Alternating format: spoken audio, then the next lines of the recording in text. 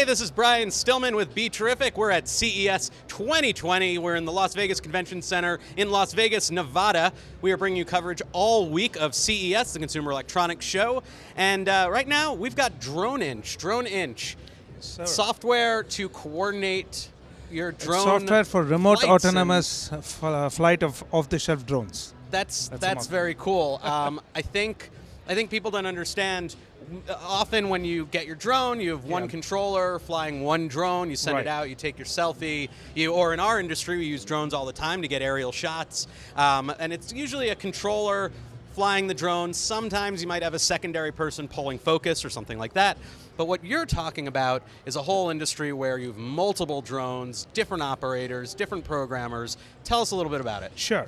So, most of the applications of drones till now, if you look at, like you mentioned, in journalism or photography or gaming, it's a one-on-one relationship. One person flies the drone, they look at the data, they process it.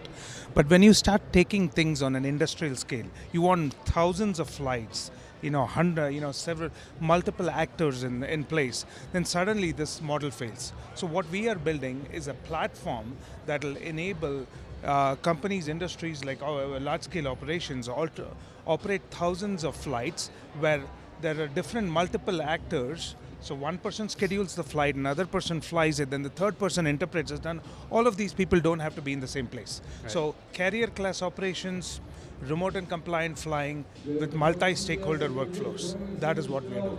So give me an example. What would give me an example of an industry that might be doing this. Sure. So people understand what we're talking about.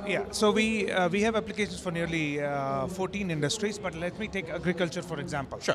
So if you take a large-scale farming with thousands of farms, so there is a farm manager, then who's in charge of a number of geography of farms, and then there's actual farm heads or farm supervisors who are at the farm locations. Then you have agronomists, then you have bioscientists. It's a whole workflow, value chain, right?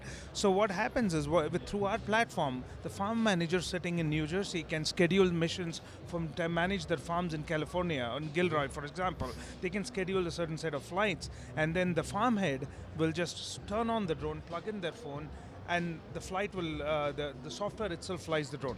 Once done, the next person in the chain is notified, which is an agronomist who can process that data, or it could just be software that looks at data, and then the bioscientist looks at it, and then it leads with a prescription map, which means people can take action out of it. So that is what our software platform enables. That is an example in agriculture. So it's really something that simplifies and coalesces all the different elements of flying these multi-platform or multi-vehicle assemblies. Correct. And another example is when you make decisions where multiple parties are involved, usually every party does some part of the decision. So what we enable you to do is no more pulling SD cards, nothing. The data automatically gets onto the web. We have a data visualization web portal where one person can go in and annotate on a picture and type in some comments, which can then be processed by the next person, and it goes on through the chain until action is taken. Now, is this designed to be worked with a lot of the companies you're talking about,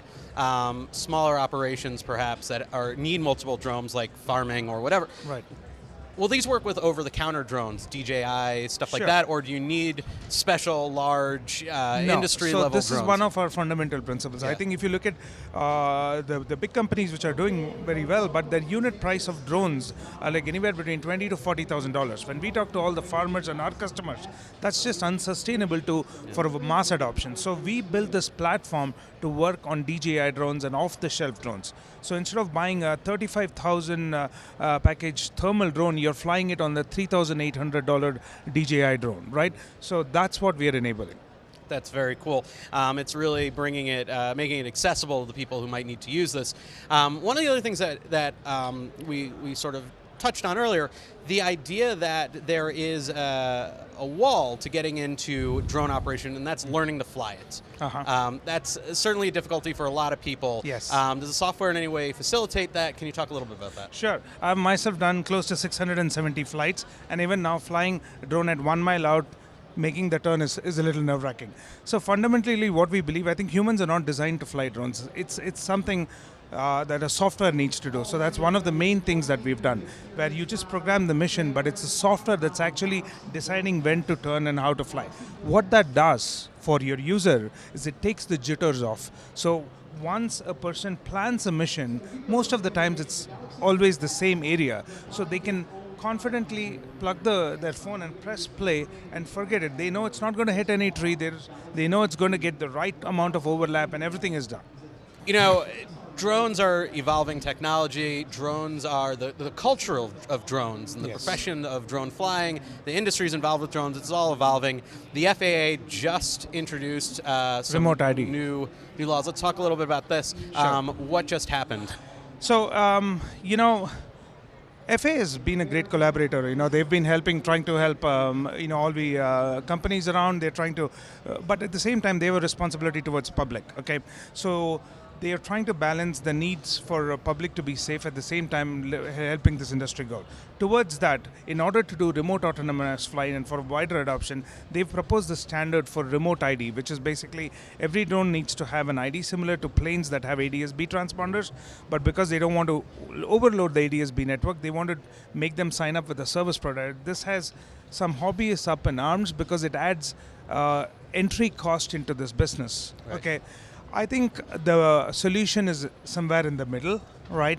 The manufacturers will have to step in and make sure that the cost of entry into this market stays low, but so that the industry grows. At the same time, things like these are in place so that ultimately what we want is remote autonomous flight, and that's what our platform is designed to do today, out of the box. But because of regulations, we've kind of locked it down, right?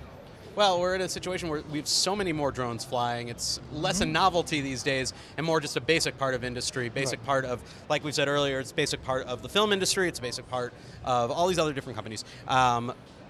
Some regulation might be needed. Yeah. The question is, how do we create it? How do we do it in a way where people on the entry level can still get involved? Correct. This is Brian Stillman. We're going to talk a lot more about CES throughout the week. DroneInch. Thank you so much for coming by. Thank you, Brian. It's great having you. Same. Brian Stillman with Be Terrific at CES 2020 in Las Vegas, Nevada. Stick around, we're going to have a lot more coverage coming your way.